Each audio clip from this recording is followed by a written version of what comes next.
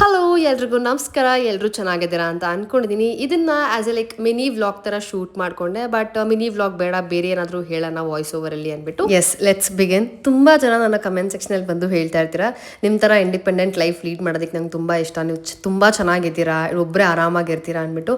ಖಂಡಿತವಾಗ್ಲೂ independent life ಅಲ್ವೇ ಅಲ್ಲ. ನನಗೂ 2 ಮನೆ ಇದೆ. ಸೊ ನಾನು ಈ ಮನೆ ಮೇಂಟೈನ್ ಮಾಡಬೇಕು, ಆ ಮನೆಯೂ ಮೇಂಟೈನ್ ಮಾಡಬೇಕು. ಆ್ಯಂಡ್ ಇನ್ನೊಂದೇನು ಅಂದರೆ, ನನಗೆ ಇಂಡಿಪೆಂಡೆಂಟ್ ಆಗಿ ಬದುಕೋಕ್ಕಾಗಲ್ಲ. ಸ್ಪೆಷಲಿ ಅಮ್ಮ ಅಪ್ಪ ಅಂತೂ ಇರಲೇಬೇಕು ನನಗೆ.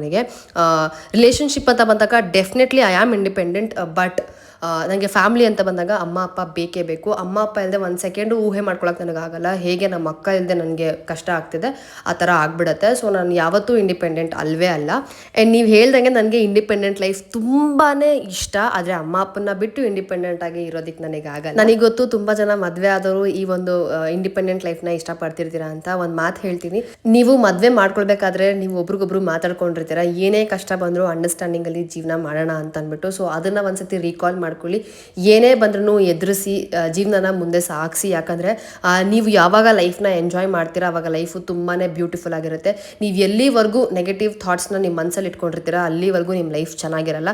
ಒನ್ಸ್ ನೆಗೆಟಿವ್ನ ಬಿಟ್ಟು ಪಾಸಿಟಿವ್ಗೆ ಬನ್ನಿ, ಎಲ್ಲನೂ ಚೆನ್ನಾಗಿರುತ್ತೆ. ಓಕೆ ಬಾಯ್.